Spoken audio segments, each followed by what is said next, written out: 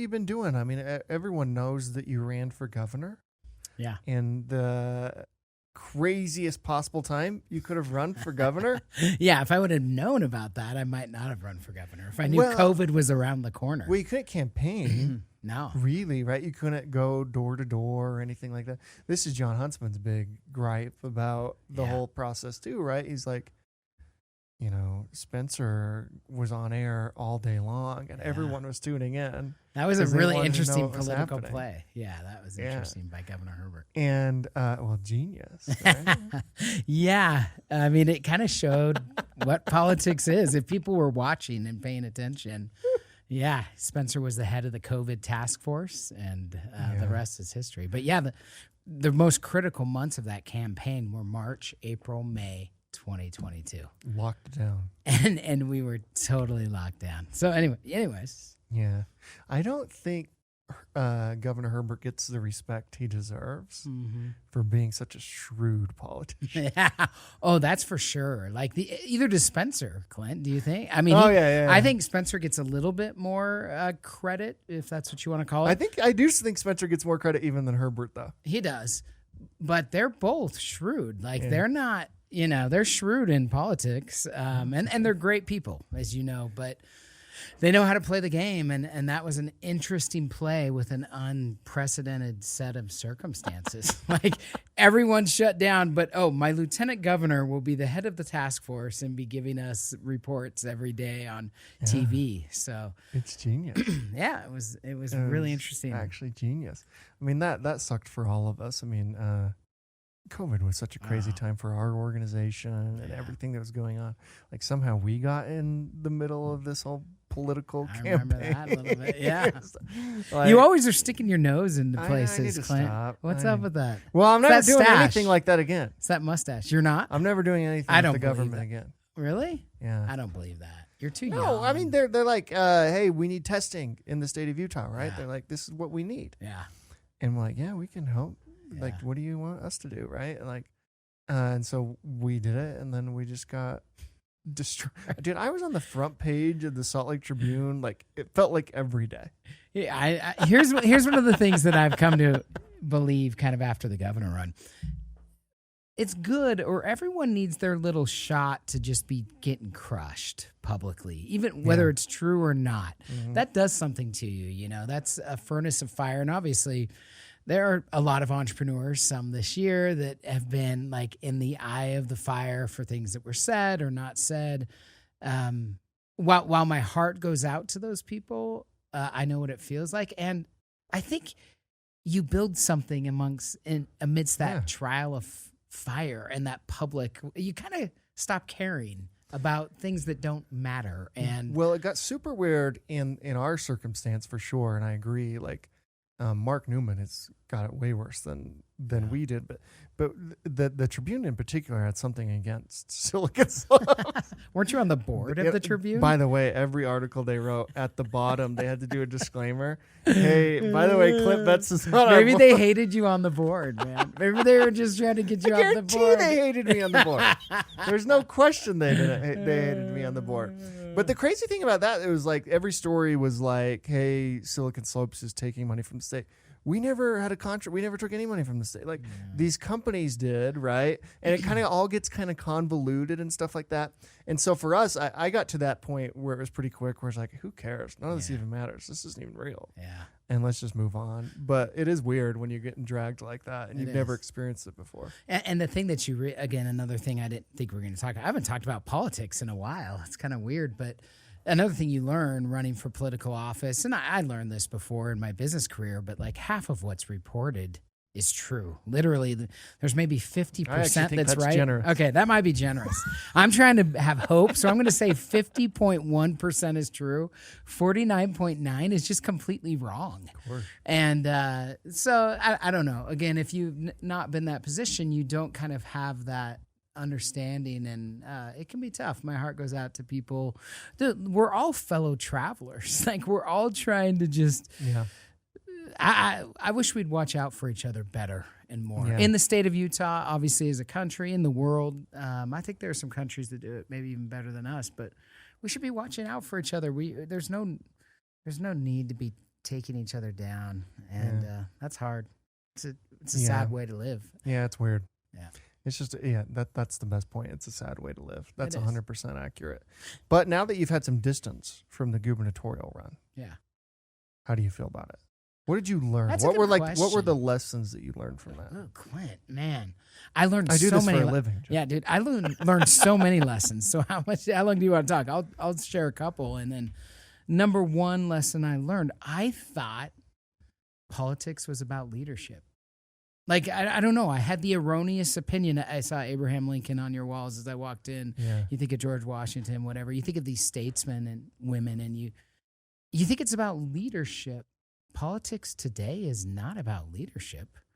It's kind of about going in, reading a room, and going to where the majority is. Mm-hmm. It is kind of a game. And so it's actually about having a pulse of where your constituents are and then going to where a majority of them are. This is a little, maybe depressing. But so politics isn't really about leadership. And it's a good question, like how proactive do we want our leaders to be? Governor Herbert was not super proactive, but I think he was effective.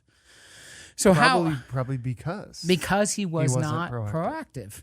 Right? So that's one of the things I learned is that I consider myself a leader. I like to start things. I felt like I had a good grasp of what was going on here in Utah, the growth that was coming. Felt like we needed a smart plan for that, and someone who didn't care as much about politics as Frank Spencer and John did, and others. Yeah. And so that was kind of what I thought. But in the end, I'm not sure that it's just not about the type of leadership I was expecting. Yeah. So that's one lesson, number one. Number two, I learned that there's, a whole, of course, political industry in the state. It's small in Utah, but in every state, in every country, there's kind of a political industrial complex. That was a completely different, I knew, our congressmen and senators, our governor, but I didn't know like the operatives, the workers, advisors, the managers. So I jump into this new from venture cap, from real estate, private equity, and venture capital, from finance into politics, and I didn't know the players. It was hard in a short amount of time, which you have a number of months to set up a campaign. It was hard to like discern who's the best. I leaned on Congressman Curtis quite a bit for that, and others. But, who are the best advisors? Where do you get good advice? Where do you not? It was also in the midst of the craziness in the Republican Party about signature gathering versus. So it was just a mess, I'll be honest with you. Oh, yeah. So I learned that. I think the most important thing, this is the third lesson, and I'll leave it here. The most important thing I learned is kind of what I said a minute ago. Man, we're all fellow travelers. There are 29 counties in Utah. I went to every single one of them, held meetings from between literally 5 or 6 people to, in like tropic Utah, 5 or 6 people to 1,000 people, in St. George or here in the Wasatch Front. And people are a lot more alike than they are different. Yeah. They have a lot of the same fears. They have a lot of the same challenges. We all have challenges. And we need to watch out for each other. Like, no matter our differences, we have a lot more in common. And the people of Utah are good people. And I believe that, the people of the world are good people. And that even though we have super hard things in front of us, we can find ways to overcome that. So there's some of the lessons I learned. Do you think you'll ever run for anything again? That's a good question. I have a beard. I had a stash a couple weeks ago. Like you're looking at across to you at your stash makes me like miss my stash. That's a long story, but I don't think so. I don't have plans to. I don't have plans to. And if I felt a pressing, my youngest child, I still have 2 children at home, 12 and 16. So I probably definitely would not run until my youngest is gone, and I would have to feel really compelled. I felt really compelled during the governor race. If I didn't feel that, I wouldn't run, and I have not felt that now. It's kind of interesting. Brad Wilson came to my house the other day. Running for Senate. Yep, Utah Speaker of the House, running for Senate, waiting to see what Mitt is doing. Has he not declared? He hasn't said anything, no. Oh, and I thought he was definitely running. Mitt? No, I thought... Brad. Brad was definitely running regardless. What Brad's done is he's set up like an exploratory committee, All raise this some money. weird stuff. Yes. And a lot of this is verbiage, again, that you don't understand until you're in it. I still don't know if I completely understand it, but he set up an exploratory committee so that he could raise some money, have some meetings like with me and other people, gauge interest, but he's kind of waiting to see what Mitt decides to do. And Mitt's kind of said that he probably won't make an announcement until the end of summer. We're halfway through summer right now, so we'll see what Mitt says, and then we'll see what Brad says. But why did I say that? Oh, because it's kind of fun to just be a bystander without, just kind of, I don't have a dog in the fight. Like, these are good people. I want to help promote good people, but it's not personal to me, and it's fun. I really like Brad Wilson. I like Brad Wilson, he's a too. good guy. He's got a lot of stuff done, and he's interesting. I like him, too. Yeah, he's a good guy. The political. I don't know why we're talking about politics. Neither one of us are politicians. Yeah, why are we talking about politics? I texted you today and said, "What are we talking about?" You said life, and I said perfect, but politics isn't life. Well, people are probably wondering whether or not Mitt will run again. I thought that there was no way Mike Lee could lose, right? Like, and my test for this is like, go down to Spanish Fork and tell me who beats Mike Lee. Right. Yeah. And particularly like Evan McMullen, go down to like Spanish Fork, Utah, which I think is pretty representative of the state of Utah, and find a McMullen supporter for me. Yeah. Right. It's there. I'm not saying go to Sugar House. Yeah. Or even Holiday. Yep. Go to Spanish Fork, Utah, and find an Evan McMullen supporter. So I thought, like, for sure, Mike Lee would win. I think Romney actually has a bit of a race on his hands, even if he decides to go. He will. I think he will. Yeah, politics are very based off of that same thing. Go down to Spanish Fork, find a Mitt Romney supporter. Yeah, it's interesting. There were some. This is another skill I guess I've gained by running through politics. I have a much better sense now of who has a chance and who doesn't, and I understand races a lot better. So there were a lot of guys, a handful of leaders in Silicon Slopes that got really excited about Evan McMullen, and they came over to my house, and I said, guys, I know Evan. He's a good guy. He can't win. He cannot win. And I kind of laid out on a whiteboard, like, here is why, numbers wise, just what you were saying, he can't win. They continue to donate and support, which is great. I said, if you're passionate about your candidate, get behind them and support them. But sure enough, in the end, you can't win. So there is some, not even close. There's a lot of numbers at play that people don't understand. And by the way, Spencer understands them really well because he's been doing this for a long time. Yeah. And those are important to understand. And as a new political candidate, it's hard to understand that. But I think we'll continue to see some good business people. Brad Bonham considered running for. Brad's awesome. Yeah, Walker Edison CEO. Yeah, Walker Edison CEO. He considered running for Congressman Stewart's seat. Mm-hmm. I think we'll continue to see. You and I have friends that have talked about things. We'll continue to see good business leaders run in the state, and it'll be fun to support them. I've done my thing though, kind of like Jonathan Johnson. I remember talking to Jonathan right before I ran, and he said, Jeff. And I talked to him and said, people are encouraging me to run. They want me to run it. And I said, this is what I tell them, Jeff, running for political office is like a one-time thing. Or running for governor is like a one-time thing. To do a statewide campaign, unless you're a career politician, which obviously Jonathan nor I are. So, and I kind of feel that same way. I get that. I get what he was saying. Yeah. Anyways, we'll have Mitt and those guys on the show. Let's not talk politics. So, since you left the gubernatorial race, though, what have you been doing? Wake surfing. Really? Yes, man. I love wake surfing. It's funny, after going into COVID, lost in COVID, it was heartbreaker. We couldn't even get our team together to celebrate and kind of wrap it up.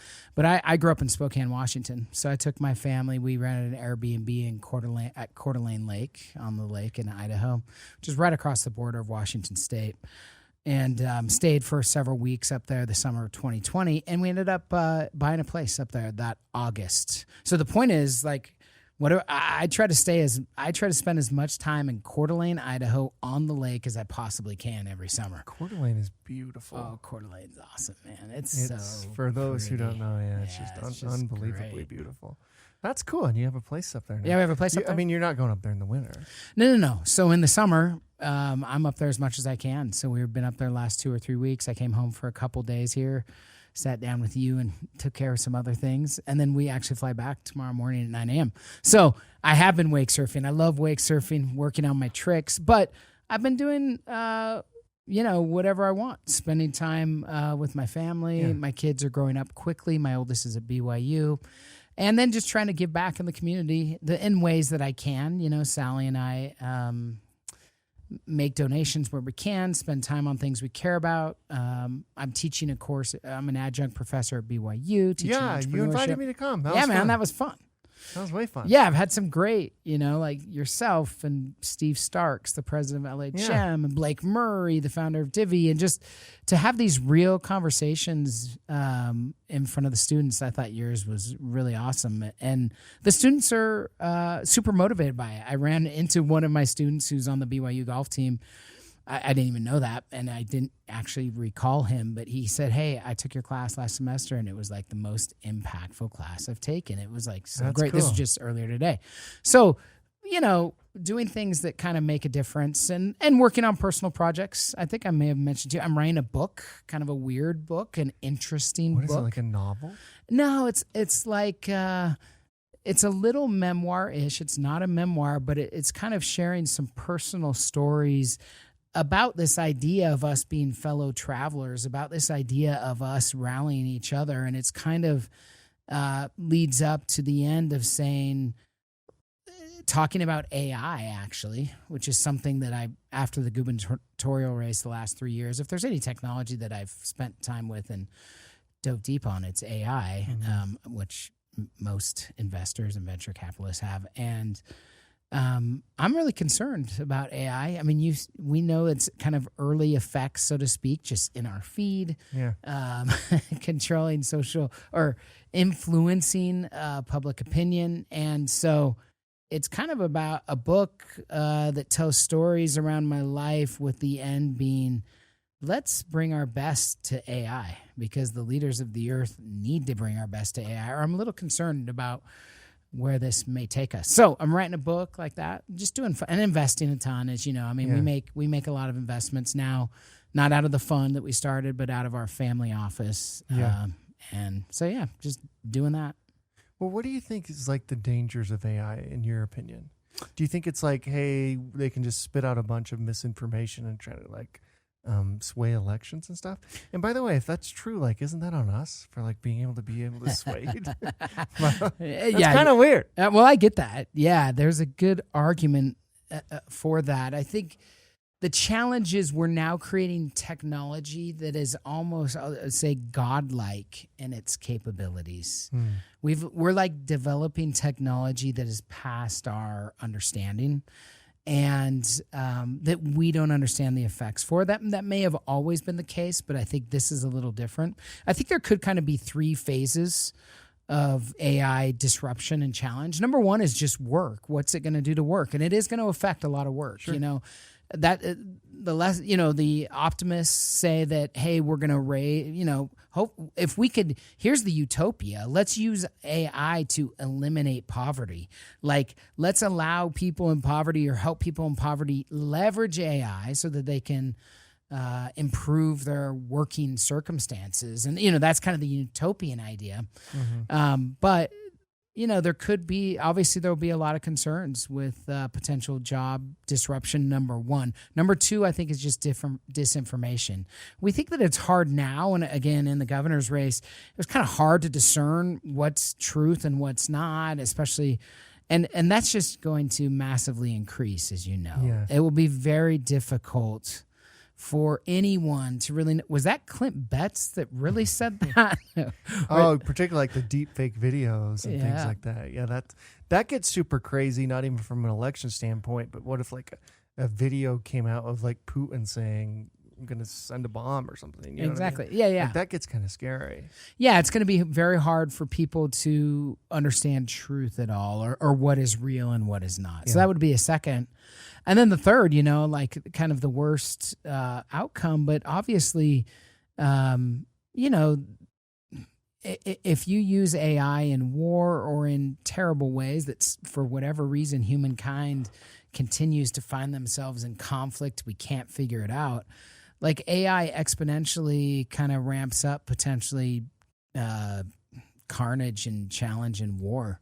Yeah. So again, that's looking down the line. But I think those are some of the general steps. And I think these steps will affect us. It doesn't mean we need to be scared of it, but it does mean we need to be wise to it. And again, as leaders in my book, I'm kind of speaking to leaders and basically imploring them to bring not their egos to AI development, but to bring their best selves, their higher selves, to really bring their best efforts towards AI, or else I think the potential effect for mankind is serious.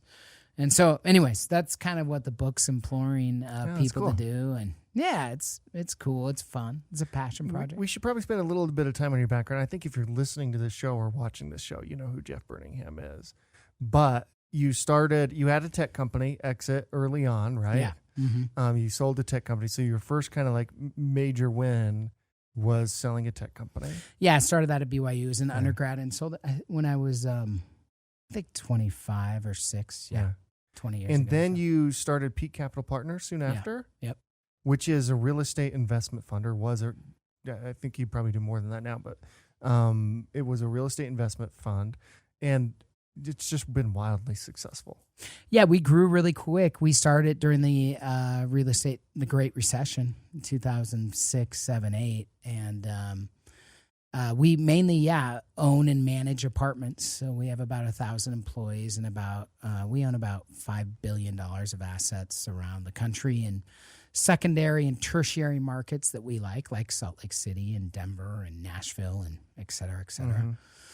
So yeah, that's a real estate operations company. I started it with, two of my best friends, two great guys, 2 Ivy League MBAs, Jeff Danley and Jamie Dunn. Yeah. And they've been great partners throughout our partnership, and that was fun. So yeah, real estate private equity. How involved are you in that these days? I go in once a week. Tuesday we have leadership meetings, and so I'm pretty involved that Tuesday, usually from 9 to 3 or 4, kind of meetings straight generally.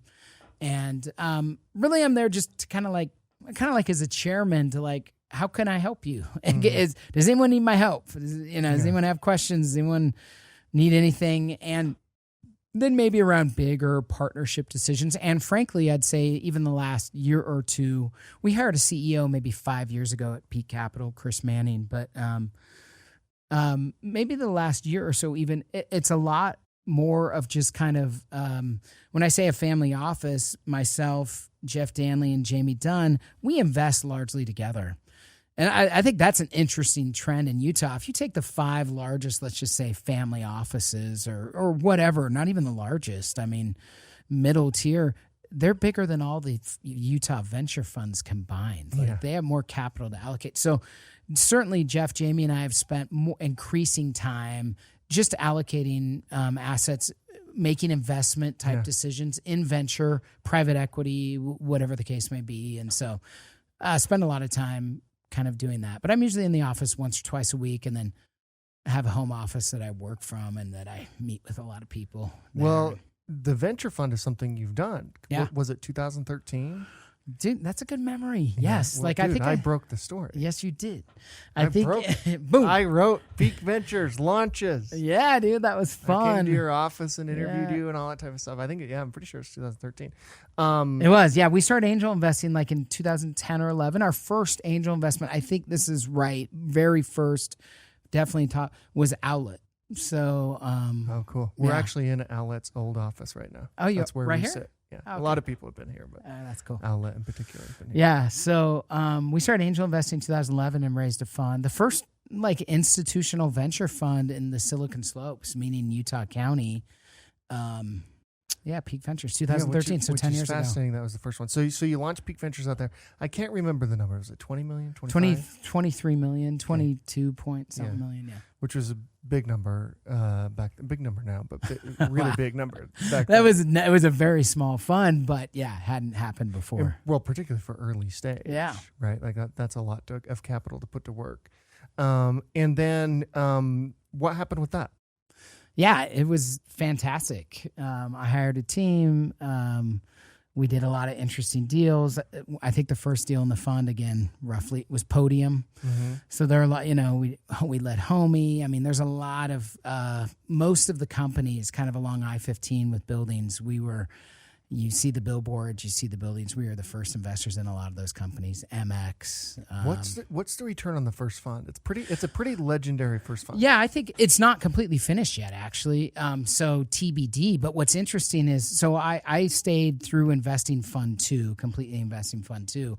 I think, and a lot of this is timing. I think Peak Ventures Fund 1 and 2 will be the best performing funds in the history of venture in Utah. I really believe that in the end of times, largely because there wasn't capital. I knew that the missing ingredient here in Utah, it wasn't like probably a secret, but was just access to capital. There was an oversupply of good entrepreneurs in the state, no doubt about it, and an undersupply of good capital. Mm-hmm. That's why when Jeff, Jamie, and I, finally got Peak Capital stable and we had some recurring income from the real estate we owned, we looked at each other around a table like this and said, we have, this is after 3 or 4 years of just slogging through Peak and almost not making it, that real estate, the Great Recession, looking at it and saying, hey, we actually have some money to invest. Where do we go? And I said, I know exactly what we should do, man. There's an undersupply of good capital and oversupply of good entrepreneurs. Let's invest in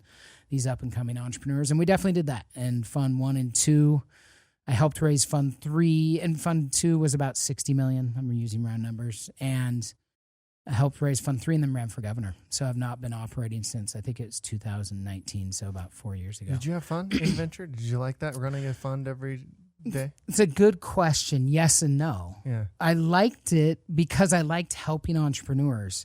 Some of the things that I liked helping entrepreneurs. You remember how exciting it was back in the day with like Start Fest. You and I, and a bunch of people were like it was the beginning days. Oh yeah. And there you can't replicate those beginning days. No, we try sometimes. People try to do it even today, and. But man, there's nothing like that 2012, 2013 time frame where we all kind of were looking at each other and it's like, we're on the cusp. Yeah, you could feel it. Pretty insane is about to happen here. Yeah, so it was really fun to have capital to allocate during that time. And there wasn't a lot of competition because I remember actually a couple people saying to us, like, why do you have a fund in Utah County? Like there's a couple funds in Salt Lake, Kickstart, Mercado, Epic, whatever. You don't need a fund in Utah County. And I'm like, oh yes, we do. And we need more than one. So here we come. And so it was fun to do that. It was fun to, we invested in Eric and Dennis, who officed across the street where we're at now, in the bike shop, the two of them, and now built Podium, and Ryan Caldwell at MX, Kurt, like I said, Workman at Owlet, just a great group of entrepreneurs. So that was fun. 2 things I did not like. Number 1, investing other people's capital. And this is one of the reasons I stepped away from the fund and ran for governors. There's a time maybe where it's fun to invest other people's capital, and there becomes a time where it's not fun. Like you don't want that responsibility of like allocating private investment. So I did not love that part. The other thing that I didn't love, maybe even more important and pertinent, I don't think venture is I have a little bit of an issue with venture capital around kind of conscious capitalism, or like, is this the best thing for entrepreneurs? And I think there are times where entrepreneurs feel pressure to take money, whether it's for the headline or for the whatever it gives them, but and they almost celebrate it as a win or an exit or as revenue, and it's like obviously certainly not. And so that was hard for me to stomach. My job was to find the best entrepreneurs and convince them to take money from me. But sometimes that butts up to, gosh, I'm not sure it's the right thing for this person to take money. Yeah. Like how much money is the right thing? And then I I didn't love that. And I actually much prefer the position I'm in now where I'm not managing third-party capital. It's just my own.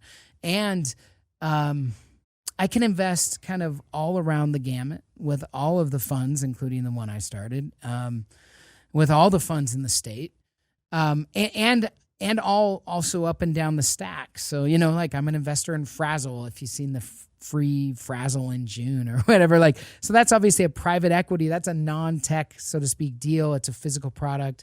And then to do all these early stage startups. So I think there's a lot more freedom and more fun kind of investing just on your own.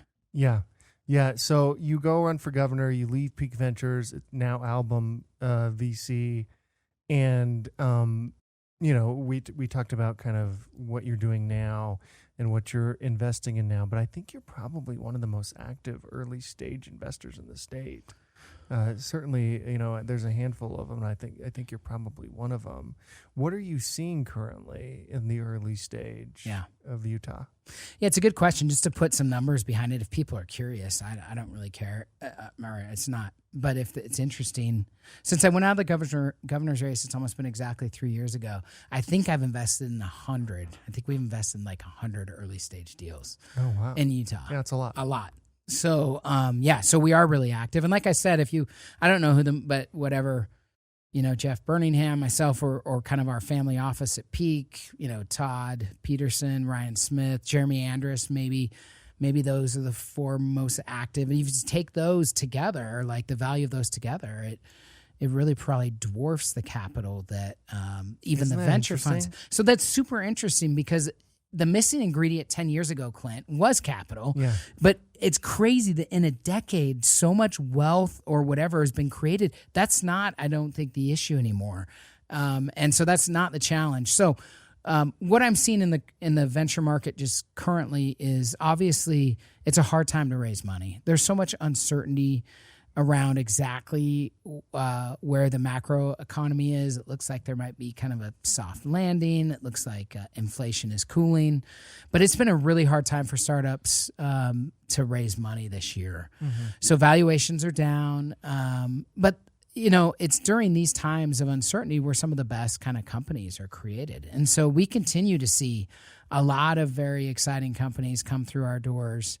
I think that kind of like my thesis for running for governor, I would have legislators call me every once in a while when I was running a venture fund and say, Jeff, is the economy really as hot as everyone's saying it is? It was almost hard for them to believe, this is in 17, 18. Yeah. And I'd be like, no, Brad or whoever, it's actually hotter. You don't even, because we knew the next wave and the next wave of companies that are coming. So there's these continuous waves that are kind of building now. And so I think the future for Utah tech and venture is very bright, super exciting. There's so much more capital here than there was before.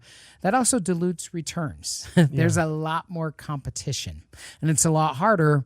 Album now has raised a much larger fund, and it's whenever you do that, you move up the chain. It's harder to deploy capital. You have to write bigger checks. You have to have bigger returns to have them be meaningful, and so there's a lot of competition, and it's and not just in the state. No, but we've also been discovered. The secret's out. Yeah. Silicon Valley's here every week. Yep. And, New York funds are investing all the time, Insight's investing in a lot of companies. I mean, the secret's out. It's a place to invest, just period. So it is. It's an interesting time actually to be a venture capitalist, I think. Which I love. I mean, I'm glad the secret's out because the more capital for entrepreneurs, the better. Let's try to. The best part about being a venture capitalist is writing someone a check and I'll use Jason Smith of Sponsor CX. We wrote him a check maybe a year ago. That literally enabled him to leave his job. He had been building a product on the side with actually the blessing of his employer, left, and is now he's living his dream. And the company's Sponsor CX is doing really well. They've raised a follow-on round. But the point is he's living his dream. So that's the best part of venture capital is enabling people to chase a dream. I mean, that's kind of what we're all doing here in this life is trying to make a difference, chase dreams, and venture capitalists can enable entrepreneurs to do that. So I love that part of it. Yeah. I think we have nostalgia for, 2011, 2012, 2013, like we were saying. But I bet it gets even crazier from here. There's got to be people who are on the ground right now saying, like, they don't even know it's about to hit even crazier. Oh, yeah. It does not seem like it's about to slow down in any shape or form. No, even I don't like think economic headwinds, like even COVID is like, oh, we're going to do great. Yeah. I think Utah as a state is suited to outperform almost every other state in the country. Why do you think that is? I think there's several reasons, but I mean, it's hard to be in the middle of the tech community like we are or have been. And not believe that that's a big part of like the momentum that's here. But I think it is a young, educated workforce. From where we sit right now, there are over 60,000 college students that are young, hungry, know how to sell often, and are savvy with technology. So there's a young, hungry workforce. There's, like I said, capital that's never been here. And then, government is good in Utah, I'm speaking generally, at staying out of the way, especially of business. We definitely believe in the free market in Utah, which is good. Capitalism is, the best of all the worst systems. It's not perfect by any means, and we can do a better job with it, but it still lifts people out of poverty and is meaningful. And I think that Utah politicians generally understand that, and they let the free market reign. They let it go and grow. So I think that's super positive for the state. And those are, I think, some of the biggest factors. There's a flywheel effect. I'm thinking of Good to Great, Jim Collins, where he talks about the flywheel. And it's felt like, I don't know, you have been closer to it. I was running for governor, et cetera. But sometime in the last 5 years, it felt like the flywheel really kicked in. And like it's now like spinning faster and faster and faster in a positive way. Yeah, it's kind of like the parents went out of town and now we have the keys. And we need to figure out what to do with these keys. Do you feel that way in the state? Yeah, I do. Yeah. For sure. Yeah. It's kind of like that generation or that group of folks who, because I remember Spencer coming and speaking at Silicon Slope stuff and things like that. And, now he's leading the state. Like those people who were like our building peers. And on the ground back then, they're now the state's leaders. I think that's pretty fascinating. Mm-hmm. Why do you think Provo is such a great place to start a company? And I don't know that we talk about this. Actually, nationally, Provo always gets like good rankings. I just saw one recently where it was like #1 place in the country to start. Yeah. But it kind of gets like Salt Lake people just kind of like dismiss it. But the reality is, and I love Salt Lake City, the reality is the best place in the entire state of Utah to start a company is still Provo. Why is that? No doubt about that, actually. I mean, I'm biased. I live in Provo. I've been here since BYU, but I totally agree with you. Why is that? I'm not, again, BYU's here. You look at the leaders. UVU's here. I mean, just right next door. Yeah, right? yeah. UVU's here. Yeah. But you look at the leaders of, let's say, $5 billion plus companies in Utah. Gosh, I think all of them are BYU grads, or 85-90% of them are BYU grads. Or at least went to BYU, yeah. Maybe I should correct that and say they at least went to BYU. So BYU kind of a badge of honor to have left. I've left and not graduated. In our community, I don't know why. It is. Yeah. Well, yeah, it's been that way for a while in tech. But so I think, BYU's here. But by the way, I don't really think Provo just hits itself in business. Like, I think of the bands that have come out of here. Like there's some arts and creative mojo and energy in Provo that I think is a little hard to replicate. It's interesting, we're downtown here in Provo. Doesn't it feel more urban down here, like every day? Absolutely. Isn't that interesting? Yeah. Like it feels like Salt Lake used to feel 20 years ago or something. Yeah. And so I think you're getting a lot more diversity that's here. The city seems more diverse. The more diverse thinking you can have in a startup, almost always the better. You need different perspectives. One of the greatest ways to be successful in a startup is to be a contrarian. And so you need contrarian opinions and different opinions. So diversity is growing, a young workforce. I think there's some magic at BYU. Just meaning what I mean by that is you have all these young people that have gone overseas or gone on missions and proselyted or sold the church for 2 years, quote unquote, told people about the church, and they come back with my son's actually in the Dominican Republic, been there for a year on a mission. They come back with a tremendous amount of momentum in their personal lives. And they have this personal momentum, not just around, of course, around maybe spiritual things, but let's leave that on the table. I'm just saying around like life, around like what's happening in the world, around problems that they can solve. And they come back passionate and ready and hungry to do that. So there's just a lot of energy and electricity in Provo that I do think is unique and hard to replicate. There are other great places in the state, of course, to build businesses, but I think Provo continues to be the hub. And it's interesting, once companies have had kind of enough success, they usually move to the point of the mountain. Well, we used to always say when John Curtis was mayor, like Provo's where you start, Lehigh's where you graduate. Yeah.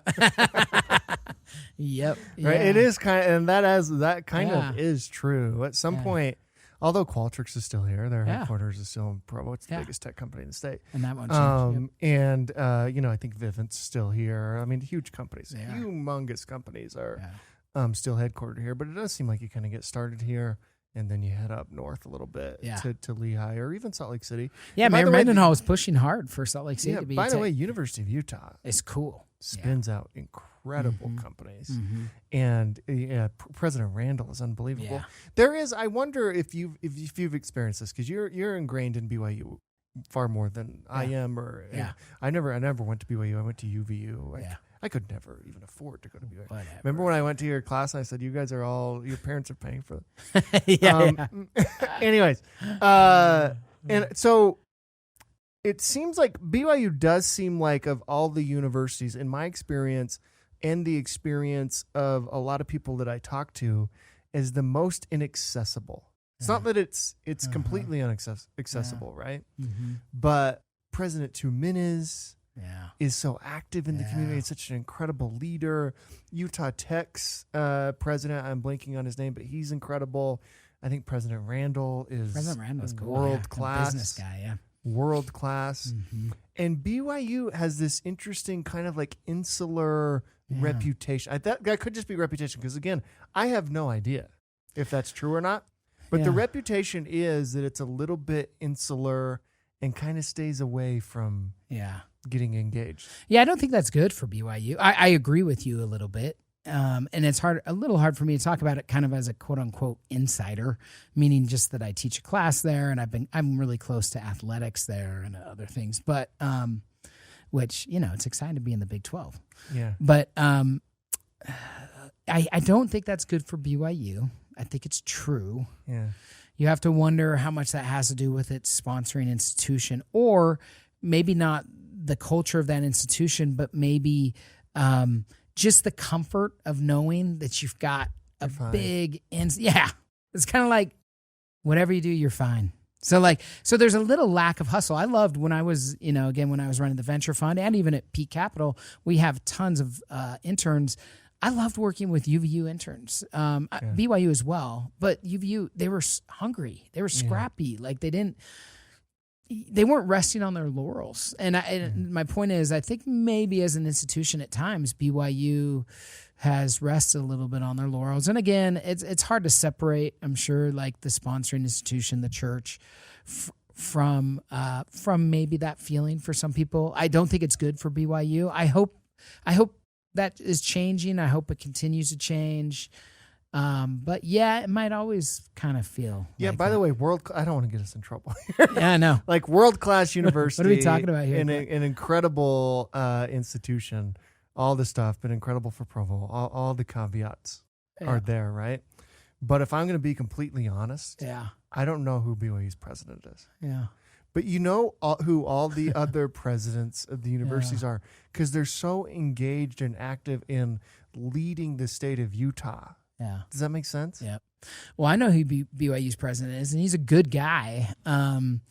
You have, again, maybe he wants it that way. Maybe he doesn't care. Which is too bad. But I wish that BYU was a little bit more out in the community. I wish it did feel more accessible. I think the students change that too, and I think the students are changing. Again, I teach 300 to 500 students kind of every semester, and I think the student population is changing, and I think you might see BYU open up a little more. I hope so. And it's a university. My wife and I met there. We graduated from there, so it's a school that we love dearly. But nothing's perfect in this life. Well, even if it doesn't, who cares? It's incredible. I don't want to be like critical. Yeah. BYU is incredible. No, I think you were just kind of stating but it's kind of an idea. interesting, just from a tech perspective, it's probably the least accessible. Yeah. Still accessible, but the least accessible of all the other ones. What do you think of like all these consumer brands that are popping out of Utah? Yeah. I think, because I do think we're really great at tech, right? And what you said earlier, like, I think sometimes we get in our bubble and we think tech's driving it. Yeah. But consumer brands, consumer tech, influencers, creators, why are we so good at that in the state of Utah? Again, I think we've said some of the factors that I would think play into that. All of us are a product of our childhood. You've spoken about that, Clint, very vulnerably. Like all of us are a product of our childhood. A lot of us in Provo or in Utah have an LDS background in some form or fashion. And there can be some hurt and pain that comes from that. But there's also a lot of good that comes from it. And again, I think that the culture in the church is one of a lot of productivity, maybe even at the expense at times, and painfully, in my opinion, of like contemplation, slowing down, taking a breath, having a little bit less maybe of a fixed pie mentality, which I think bleeds into tech and venture here in Utah, sadly. And in business is this like kind of fixed pie mindset where like it's I win and you lose. Yeah. Whereas, gosh, a rising tide. One of the things I probably said the most when I was running the venture fund is like a rising tide raises all ships. Like let's rise together. So, and there's no such thing as a fixed pie. Yeah, there's the pie gets bigger. It does. It's like, there's this interesting thing like we can only all make so much money, and then we're like, no, that's actually not true. As crazy as that sounds, it's like that's just not how economics work. The pie gets bigger. Yeah. Yep. Yeah, and I think in terms of the consumer brand space, again, I think that's another area. You could say tech. You could maybe say, again, I'm thinking of Velour because it's right down the street here, and I love that place, and the Imagine Dragon started there. And I mean, it's a special place. Special place, super cool. Go check out the vibe, and like Corey Fox is. Yeah, if you don't feel, I don't know. I love music. I grew up in the Pacific Northwest in the '90s during the grunge era, so Pearl Jam and Nirvana and all those guys, and man, that's a special place. And so I think the consumer brand space might be another space where we just kind of punch out of our weight class. And why is that? We have our stuff together. I'm speaking generally. We have young families. We look a certain way. We fit a certain mold, and then we take those skills and talents and apply that to a consumer brand and or to our own brand in terms of digital creation and influencers. And I think there is, I say this, by the way, I say this in a good way. I think there's a wholesomeness, I'm putting in quotes, wholesomeness to people in Utah, generally speaking. And that's not a judgment. It's more of just like, there's kind of this all Americana feeling like, hey, and I think people like that. I think that resonates with people. And so anyways, I haven't done a lot of consumer deals. Pura is one we have. And so I haven't done a lot of consumer deals, and I don't know a ton, even though I have, I started a podcast after the governor's race. So know a little bit about content creation and promotion. I don't really know that much about it. I'm not that good at it. And so, I'm not sure. Why do you think that is? I'm curious. Why do you think it is? I have no idea. Yeah. I'm luck not of the an draw. expert Luck on of the it. draw. Yeah. I want to talk about your podcast. I told you we were going to talk about life. Yeah. And so let's talk about life. In fact, one of my favorite books is Clayton Christensen's book, How Will You Measure Your Life? Mm-hmm. Right. And I recommend everybody read that book. He talks about going to Harvard and how they were all kind of bright-eyed, and their whole goal at Harvard Business School was to build companies that changed the world and made a difference in the world and did good. He said, none of my contemporary students planned to go to jail. Yeah. But like half of them did. Yeah. Right. Yeah. And so it's like he had this really, he's passed away now. He passed away with cancer, But he had this really interesting perspective on how do you measure your life. And your podcast talk goes into these very like similar topics. So how do you measure your life? How do you think about that? Yeah, I think that's a great question. Now we're talking about life, Clint. I like it. And this is really what I've been thinking about generally since the governor run. It's not about how many deals you can win. It's not about how big your company is. It's not about your balance sheet per se. Those aren't the things that matter. And I think we get caught in this rat race of action, and we lose a little bit of our conscience, and maybe push for things too hard that don't really matter in the end.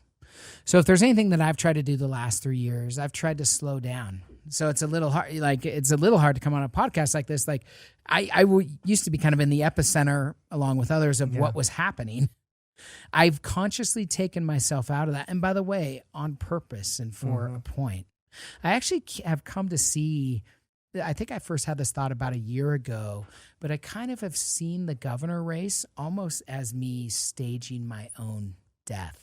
My own kind of public death. Oh, that's interesting. Yes. So, and I think my subconscious was kind of doing this so that I could kind of step off the stage and focus on what like matters most. So how will I measure my life? Number one, can I be present?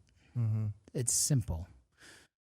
But, most of these things are very simple, but they're hard to do.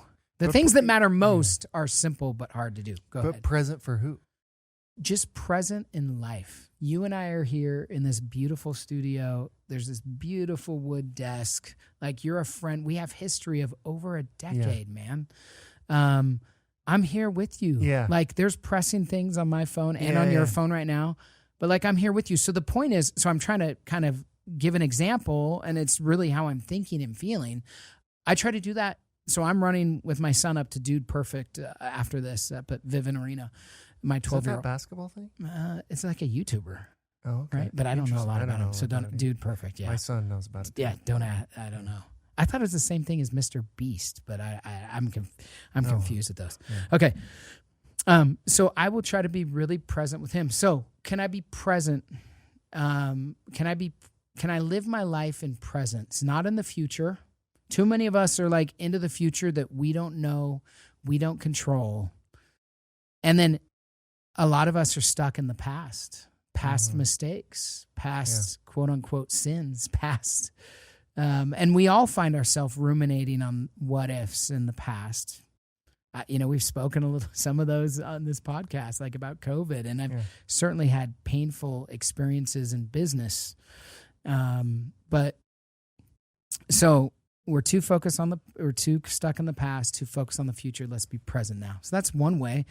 Another way, obviously, is just service, like impact. And one thing that I do appreciate and I do like and I love about our venture fund and the other venture funds in the state, again, they're fueling dreams and a lot of times, and they're helping create jobs, usually high-paying jobs in our state. So, like, that's a noble cause and mission. But again, sometimes they're also being enriched as they do that. And so there's your ego is involved. And anytime that your ego is involved, I think it's important to try to step back and just to let the ego go, be in your body, like love. So anyways, I'm measuring my life on much more being present, service, experiencing experience, like just doing different things, like stepping off the treadmill and, saying to you, yeah, I'm wake surfing a lot. I one wheel. I don't know what else. I'm trying to learn how to golf. Like I've never really. Yeah. And I'm getting a lot better quick. And so like I'm doing things that I want to do that aren't necessarily in the rat race. And so I will certainly measure my life in a lot different ways than maybe I kind of thought or expected 5 to 10 years ago. And I think it's great to be always thinking ahead and thinking about that. And yeah, that leads us to what's next for you. Yeah, it's a great question. More of what I just said, like more presence, more service. Any plans to start a company though, or? there have been a couple of people that I've talked to with some venture ideas. I would do venture very differently. It wouldn't be institutional. It would be more kind of with family offices. I don't think I will do that, but I've spoken about that. There are companies that I've kind of helped to start. I'm on the board of and or are leaning in a little bit more on. But I don't think, at least again, right now, I have 6 more years with kids at home. I'm 46 years old.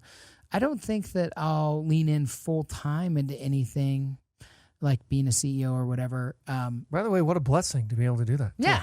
No, That's I'm in incredible. a fortunate spot and a privileged spot. There's no doubt about it. And that's why I feel like it's incumbent to kind of serve, give back, to try to help. And so we'll continue to do that. I'll keep teaching at BYU.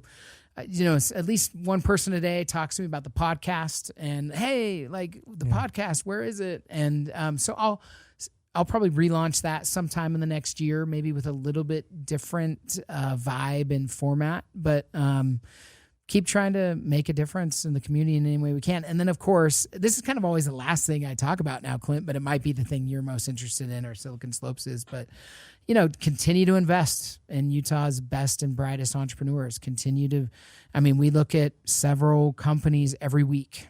Mm-hmm. So my partners and I at Peak Ventures are investing. I think we've invested in, Jeff Danley said, we're about halfway through the year. I think about 18 companies this year. So, we're very actively investing. We'll keep doing that. We have capital to deploy. And again, it's fun to be on that journey with entrepreneurs. It's fun to help create jobs and to, it's someone's dream that you're helping to enliven. So doing a lot of that and hopefully having fun with my family, hanging out with you, doing, good stuff. Good for you, man. It's good to see you. Good to see you too, Clint. Yeah. Always. I love the mustache. I love you.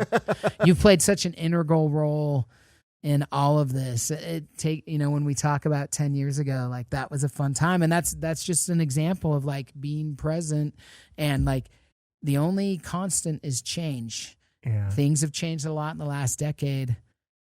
10 years ago was delicious, man. And we enjoyed it. Right now is great in other ways, and we have to enjoy it as well. And things change. It's a totally different place. Absolutely. Yeah, it's only gonna change more. Appreciate you coming on. Yeah, dude. Thanks so much. It's good to see you. Good to see you.